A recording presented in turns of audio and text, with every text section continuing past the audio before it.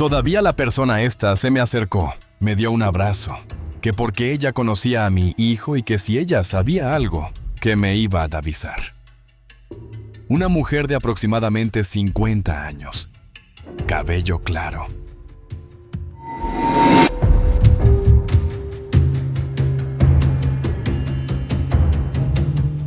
Vecina conocida en su colonia. La llamaban simplemente la tía. Le dio un abrazo a una madre que buscaba a su hijo desaparecido. Le prometió que si sabía algo, le avisaba. Ese abrazo heló la sangre a todos los que lo presenciaron, porque esa mujer no era una vecina solidaria. Era la persona que, según las investigaciones, había ordenado que ese joven desapareciera. En los próximos minutos vas a entender por qué esto importa mucho más allá del escándalo. Porque lo que ocurrió el 9 de marzo de 2026 en el fraccionamiento Los Valles, en Tijuana, no fue solo la caída de una operadora del crimen organizado.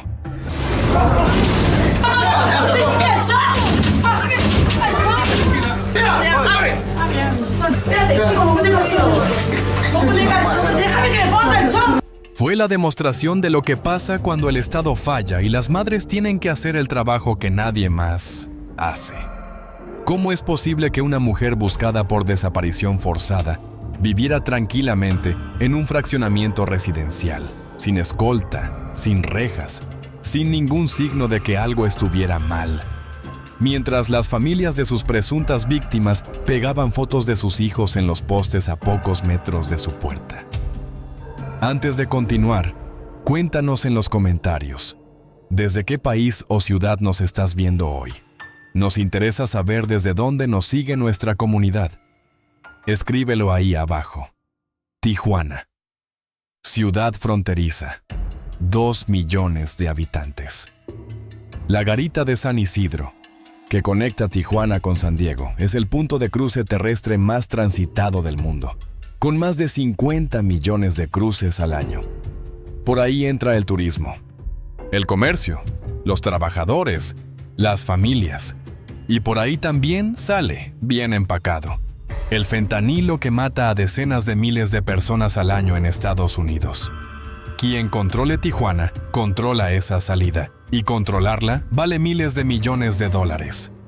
Desde hace más de una década, 2 organizaciones se disputan ese control con violencia sostenida: el Cártel de Sinaloa y el Cártel Jalisco Nueva Generación.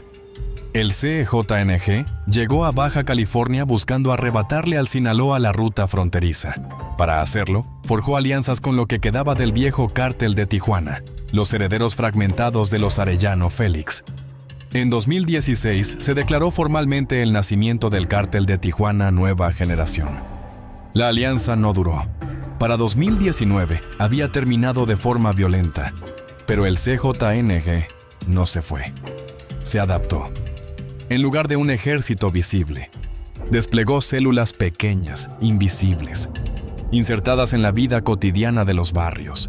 No mandaban camionetas blindadas a cada esquina. Mandaban personas que vivían en los fraccionamientos, que conocían a los vecinos, que sabían los nombres de los jóvenes que buscaban trabajo, que tenían deudas, que estaban en una situación difícil. Y en esas colonias del suroeste de Tijuana, el CJNG no solo traficaba, también extorsionaba. El cobro de piso se fue extendiendo por colonias periféricas de toda la franja norte de Baja California. Pequeños comerciantes, vendedores ambulantes, madres solteras con un puesto de comida. 5,000 pesos al mes para poder trabajar. O consecuencias: el fraccionamiento. Los Valles está en la zona este de Tijuana. No es un asentamiento marginal, es una zona de clase media, con privadas cerradas, o nombres de calles como Valle de Eugenia o Palma Real, con escuelas y oxxos a pocas cuadras. El tipo de colonia donde uno no espera encontrar una punta de lanza criminal. Y ese era exactamente el punto. Las células más eficaces del crimen organizado no se instalan donde todos las buscan. Se instalan donde nadie piensa en buscarlas. Ahora los números. Baja California registró 810 personas desaparecidas solo en 2024. el año con más casos desde que existen registros formales. En el municipio de Tijuana, entre mayo de 2024 y mayo de 2025, se sumaron 1,096 nuevos casos. Para mayo de 2025, la cifra acumulada de personas desaparecidas no localizadas en Tijuana superaba los 2,500 casos. Eso es solo lo que llegó a la Fiscalía. Los colectivos de búsqueda señalan que la cifra real podría superar las 20,000 en todo el estado de Baja California. Y hay un dato más, que lo dice todo sin necesidad de adjetivos. En Tijuana hay más de 12,000 cuerpos sin identificar. Un 40% de ellos trae identificación. Y aún así, nadie los ha buscado en los archivos. Muchos terminarán en fosa común. El colectivo Buscacando Atolano, el mismo que protagonizó la detención del 9 de marzo, había localizado ya varias fosas clandestinas en distintos puntos de Tijuana en los meses previos. No fue la Fiscalía quien las encontró, fue el colectivo, con picos, con ropa de trabajo, con el dolor de quien busca a alguien sin saber si lo que va a encontrar es un rostro vivo o un hueso. Entre 2009 y marzo de 2025, la Fiscalía de Baja California registró 196 fosas clandestinas en Tijuana. Solo en 2024 se encontraron 63 fosas en esa ciudad, casi una fosa y media por semana.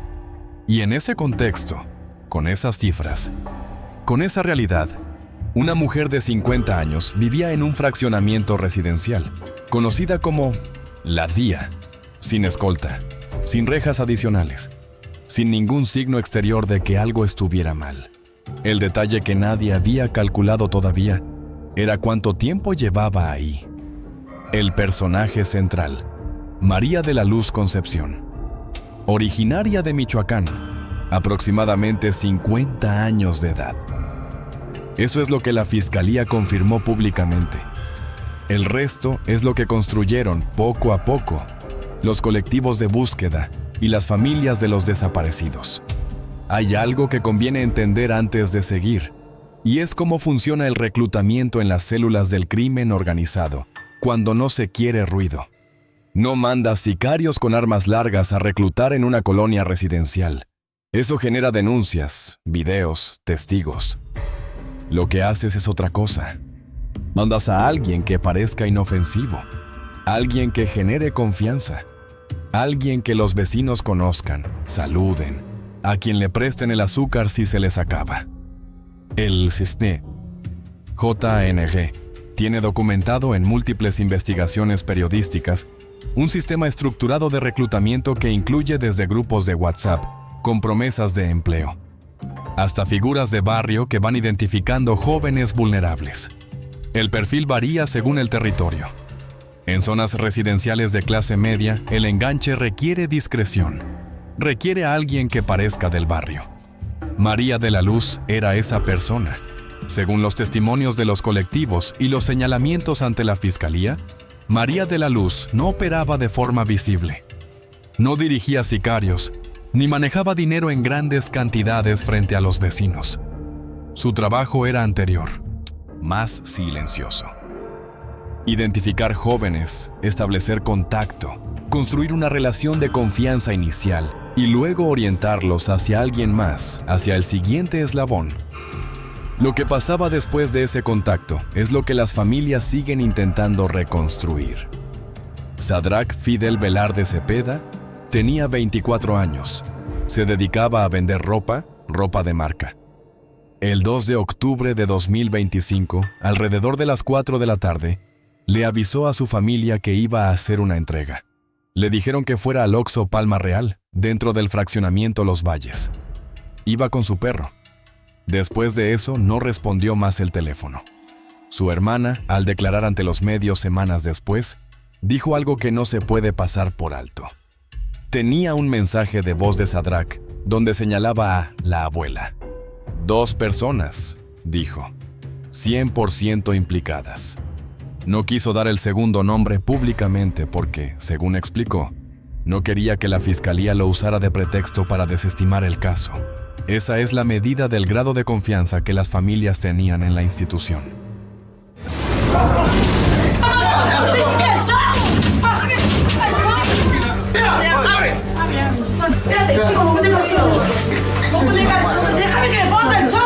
Abraham Isaac Arredondo Flores. Tenía 25 años. Desapareció el mismo día, el 2 de octubre de 2025, en la misma zona. Carlos Abel Trujillo Torres, de 32.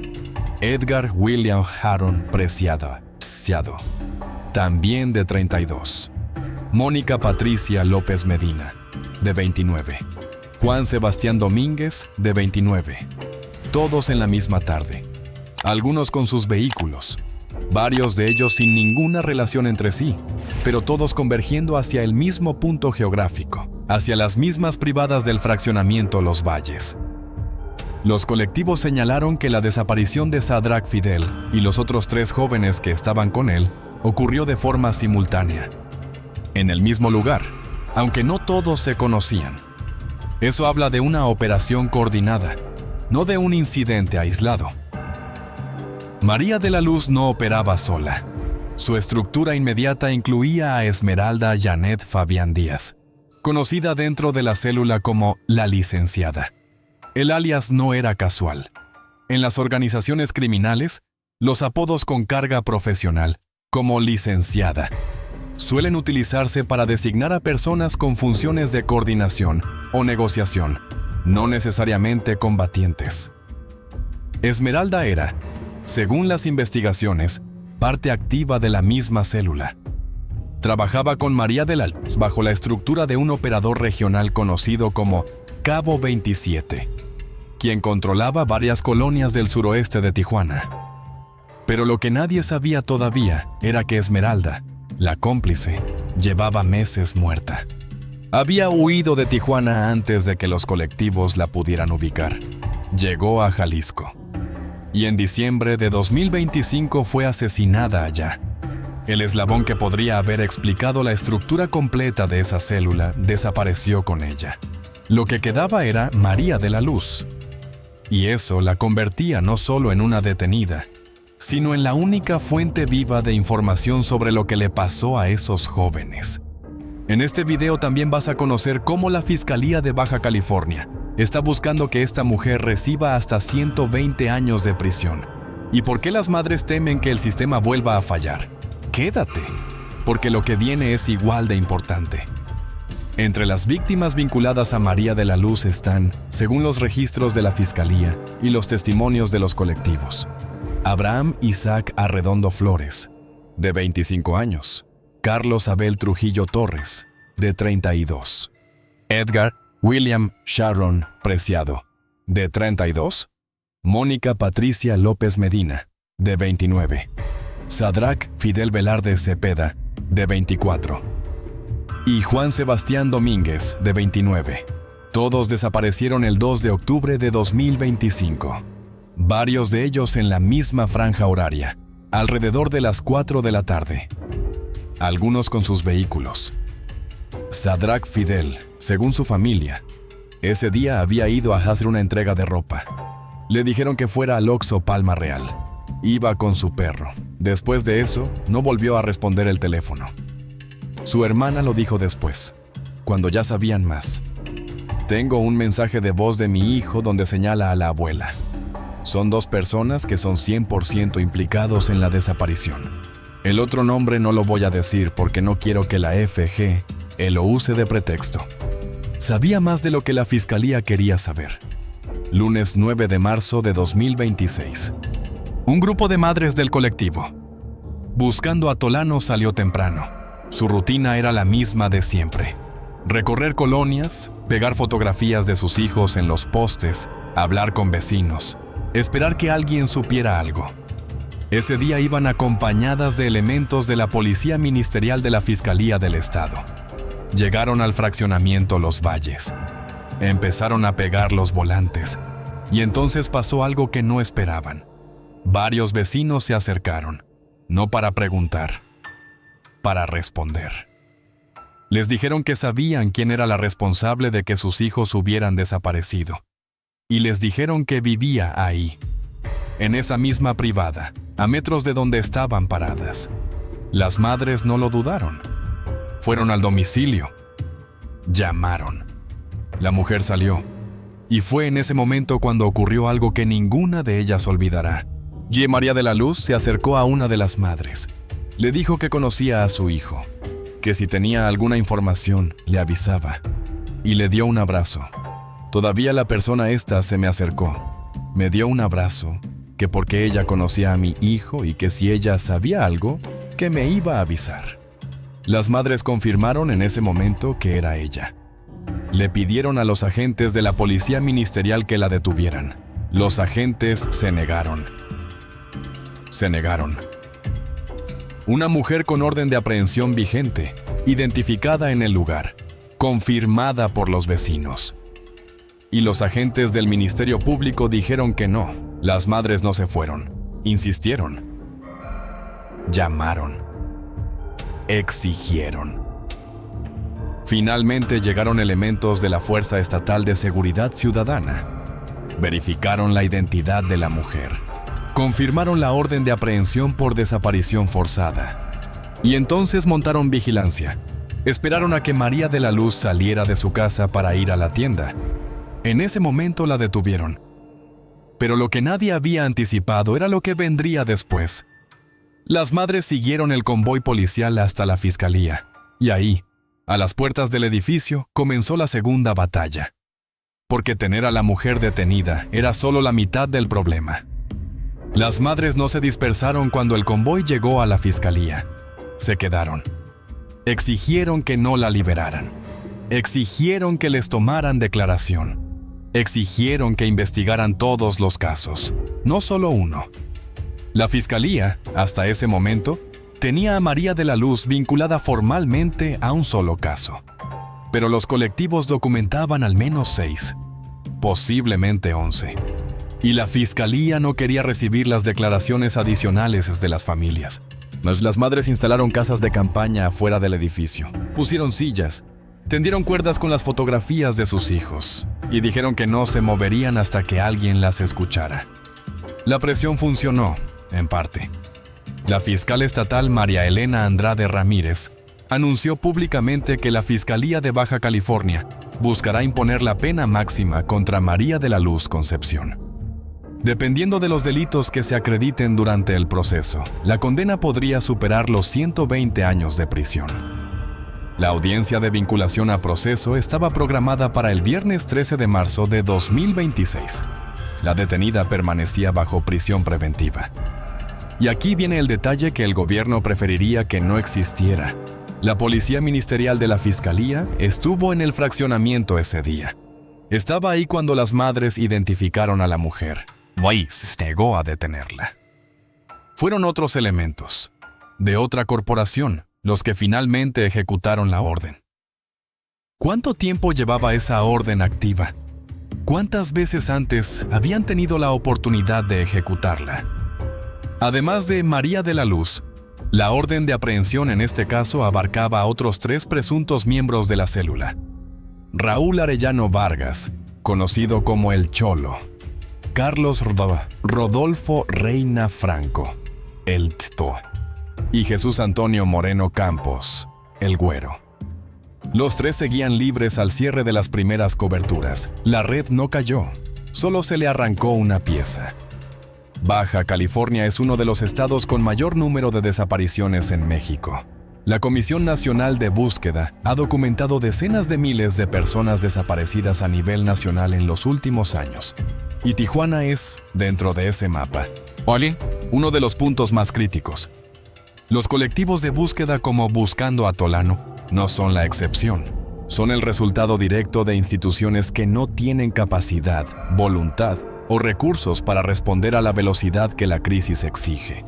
El nombre del colectivo viene de un joven buscado por su familia, Tolano, como muchos otros nombres en esas fichas.